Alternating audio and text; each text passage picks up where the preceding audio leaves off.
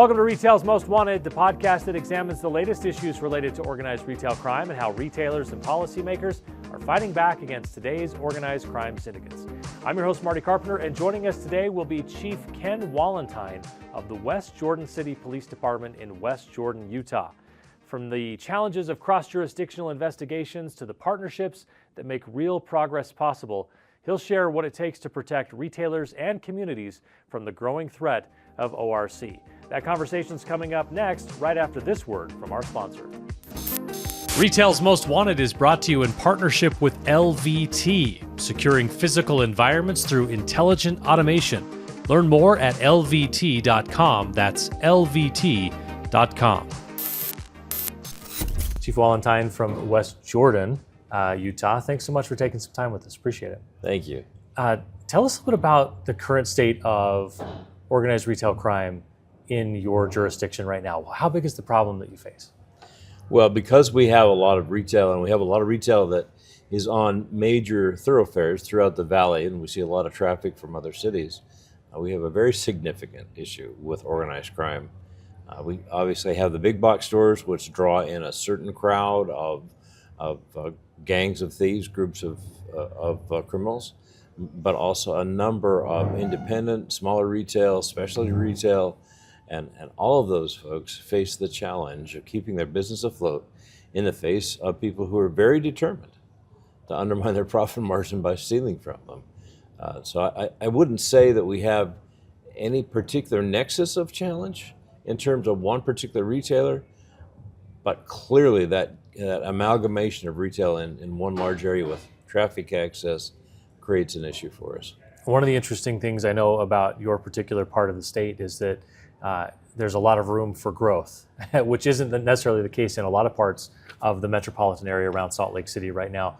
What challenges does that give you as you're thinking not just this year, but 5 or 10 years down the road, if some of that land is annexed to be part of the city and suddenly you've got more people, more retailers, more doctors' offices, et cetera? Sure. Well, there are already thousands of acres available for development, thousands more acres on the west side that right now are unincorporated that very likely will be part of our city. And as we see major institutions, the plans for a very large medical campus, plans for additional educational facilities in that area of town, we also recognize that they are connected by 3 major north-south arteries of traffic. That brings a lot of folks into town, and it will provide, if you will, escape routes for those that are doing organized retail theft, particularly in some of the larger stores.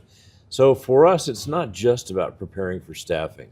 It's developing the investigators at this point who get the concept of organized crime in retail theft and who are able to participate in multi-jurisdictional task forces, who are able to easily interface with both their partners in private industry and retail, but also their partners in public safety. What's the single biggest challenge that your police department faces right now when it comes to organized retail crime? Is there something that jumps out where you say, and this is the one thing that we're really trying to get our arms around? Well, I think one is the transient nature of organized retail crime. And I mentioned the traffic flow, and I mentioned the transportation routes. And so every time we just opened a brand new large store at the Home Depot that's surrounded now by some other retailers, restaurants, shops, some other businesses, and they become a very attractive target, particularly where organized criminals don't think that the police presence will be there, won't be aware. So the challenge for us right now is to respond and be in those areas where we have folks coming in to commit crimes. Just like we have folks coming into the shop at the retailers, and we love that. We love those folks, but they pose obviously traffic issues for us. A lot of the times when we talk to law enforcement, one of the themes we kind of keep picking up on over and over again is the fact that there's sort of no borders for the bad guy, yet police departments are still focused on a specific area. So how important is it for you to have partnerships with municipalities that surround you, the county that you're in, so that you don't end up in like an old episode of Dukes of Hazzard where they're just trying to outrun Sheriff Roscoe P. Coltrane to the border? How important are those partnerships for you to have, and how have you worked on building those? They're more than important. They are absolutely critical to us. In this valley, we've got over a dozen independent cities And so it's critical that we have communications, critical that we have actual working partnerships. And we've done that in the context of having officers who work on a regional task force that helps us address organized retail theft. And that also gives us the resources. It gives us really force multipliers. When we see an issue in our city, we can call on detectives, investigators from other jurisdictions that are very familiar with this world of organized retail crime and bring them in.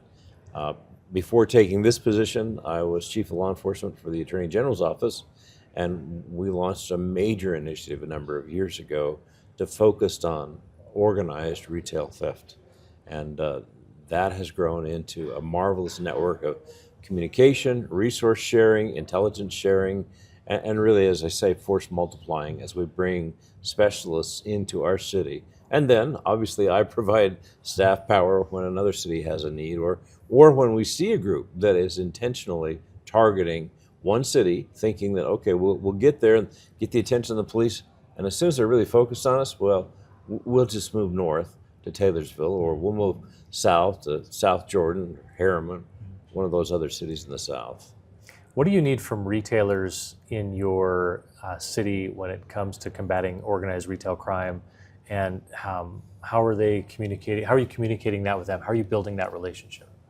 Well, what we need from retailers is really a willingness to partner with us and to say something. You know, we talk in this society today about if you see something, say something. Well, that's true in this particular world of organized retail theft as well.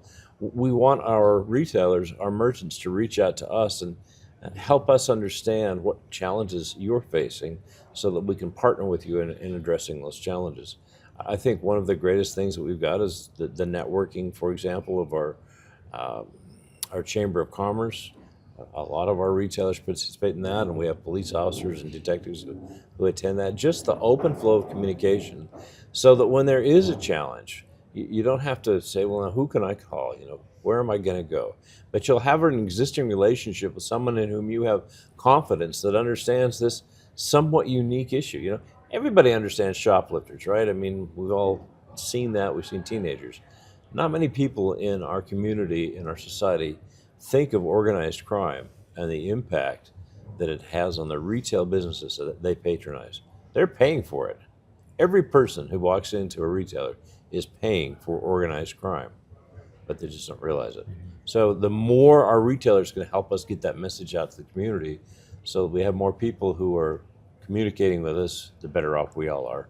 I'm really interested to know, I'm sure that good old-fashioned police work is a big key to combating organized retail crime, but I'm interested to know from your perspective how much the advancements in technology have helped you and maybe how they've helped the bad guys and how you try to stay ahead of them on that technology curve. Sure.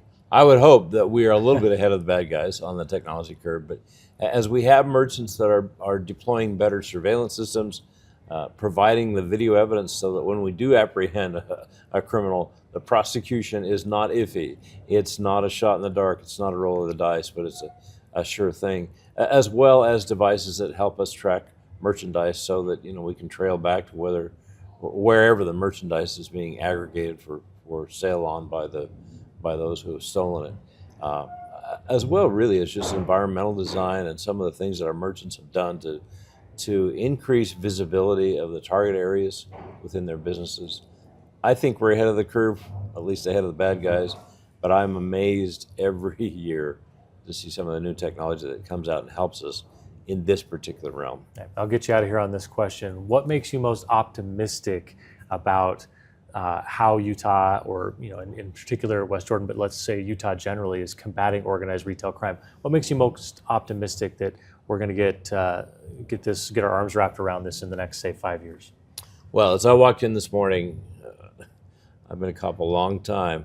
As I walked in this morning, I saw dozens of investigators that I've known for years who are some of the sharpest we have coming together and communicating about how they better can combat organized retail theft in their communities, sharing ideas, networking, establishing those relationships so when there is an issue, they know who to call. They know what resources are available, for example, at the state level. What makes me most optimistic is that we really are working in a world now where we communicate and we're interdependent, not independent.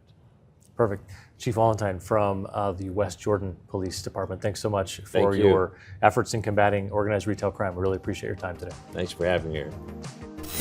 That's it for this episode of Retail's Most Wanted. Thanks to our presenting sponsor, LVT. And don't forget to hit that subscribe or follow button so you can catch each new episode. We drop one every 2 weeks. You can also find us on X, LinkedIn, and YouTube. Links for all of those are in the show notes below. Thanks for being with us, everyone. And as always, keep up the good fight.